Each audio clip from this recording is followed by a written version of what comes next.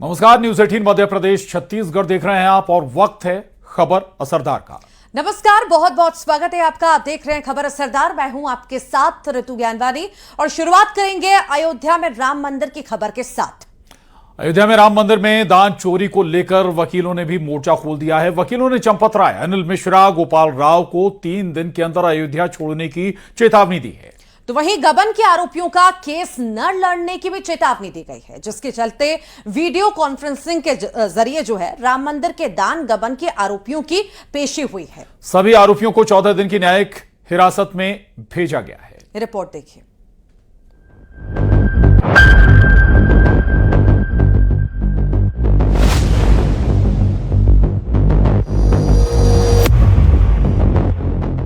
राम मंदिर चढ़ावा चोरी के मामले में अयोध्या बार एसोसिएशन ने भी मोर्चा खोल दिया है। वकीलों ने चेतावनी दी है कि चंपत राय, अनिल मिश्रा, गोपाल राव 3 दिन के भीतर अयोध्या छोड़कर चले जाएं या फिर इन्हें जेल भेजा जाए, नहीं तो पूरा अयोध्या जाम कर देंगे। चंपत राय, अनिल मिश्रा, गोपाल राव 3 दिन के अंदर अयोध्या छोड़ के चले नहीं जाए और या तो जेल इनको भेजा जाए।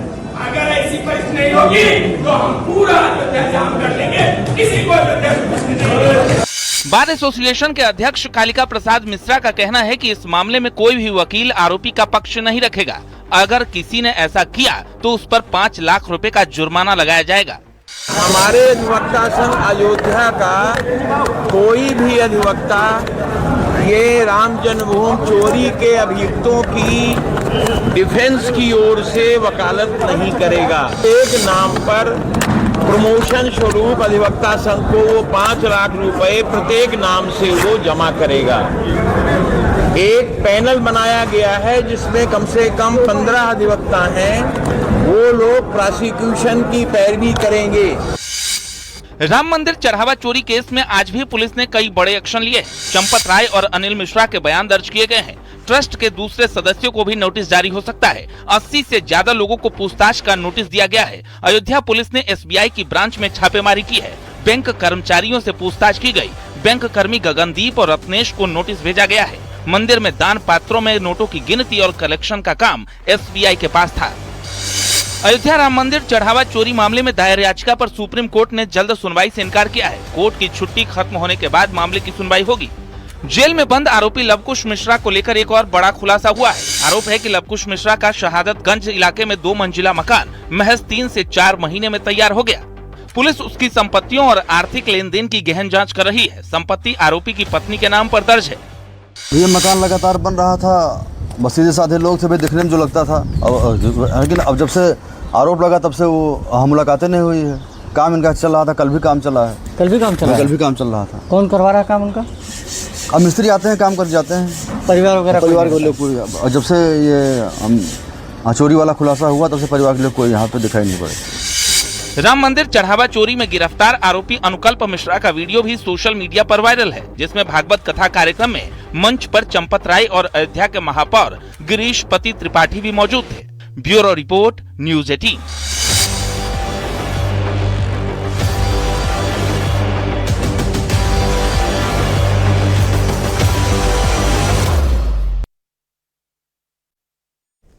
अयोध्या के राम मंदिर में दान चोरी का मामला इस समय काफी चर्चा में है। SIT की प्रारंभिक रिपोर्ट के आधार पर पुलिस इस मामले में लगातार कड़ी कार्रवाई कर रही है। आज आपको बताएंगे चढ़ावा चोरी की इनसाइड स्टोरी। आखिर कैसे होती थी दान की चोरी, कैसे होता था नोटों के बंडल का स्कैंडल। देखिए।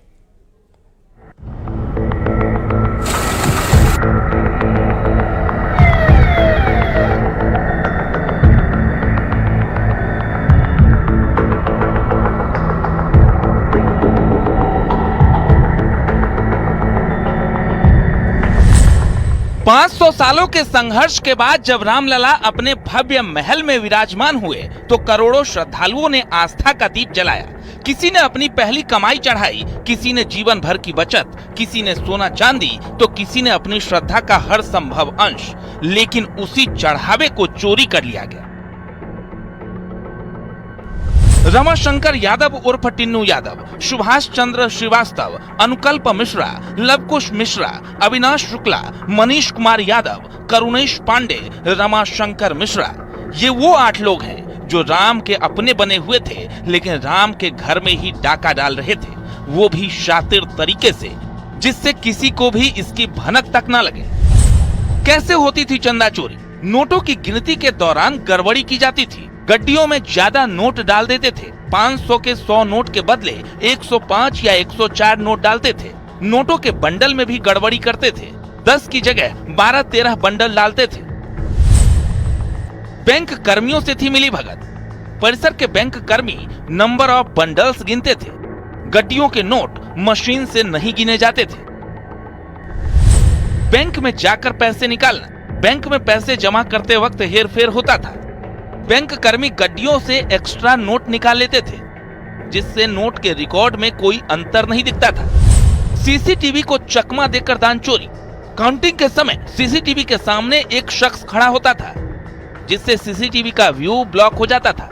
जैसे ही कैमरे का विजन रुकता था, दूसरा आरोपी गड्डी कपड़ों में छिपा लेता था। कैमरे की तरफ पीठ करके बैठते थे आरोपी। पेंट की मोहरी या सॉक्स में नोट छिपाते थे। काउंटिंग हॉल के बाहर बाथरूम में नोट निकालते थे। और इन शातिर तरीकों से भगवान राम के खजाने में डाका डाला जा रहा था। अब आपको समझाते हैं दान के पैसों की काउंटिंग का पूरा रोड मैप। राम मंदिर के 14 दान पात्र का कलेक्शन काउंटिंग हॉल में आता था। 2025 से पहले चौकी में कैश काउंटिंग होती थी। मार्च 2025 के बाद यात्री सुविधा केंद्र के ऊपर काउंटिंग होने लगी। चढ़ावा काउंटिंग में 48 लोगों की टीम थी। 24 लोग काउंटिंग करते थे, 12 लोग निगरानी, यानी हर 2 काउंटिंग करने वाले पर एक नजर रखता था। 12 निगरानी करने वालों में 6 बैंक और 6 ट्रस्ट के लोग थे। काउंटिंग के बाद कैश परिसर के बैंक में जाता था।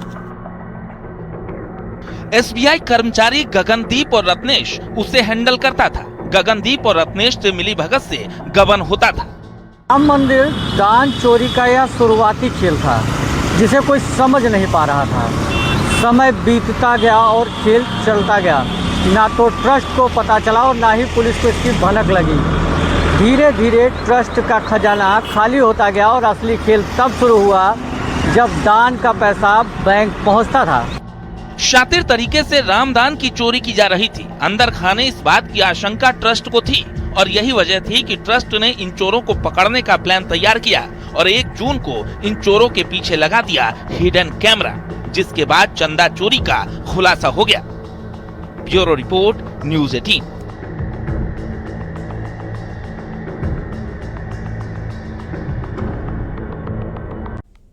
और छत्तीसगढ़ के मटेरियल बैंक मॉडल की गूंज, राष्ट्रीय ग्रामीण विकास सम्मेलन में मॉडल की गूंज सुनाई दी। राष्ट्रीय सम्मेलन में शामिल हुए विजय शर्मा, शिवराज चौहान ने की डीलर दीदी मॉडल की सराहना। स्व सहायता समूहों की डीलर दीदी बनी मिसाल। लखपति दीदी बनने की राह पर हजारों महिलाएं हैं।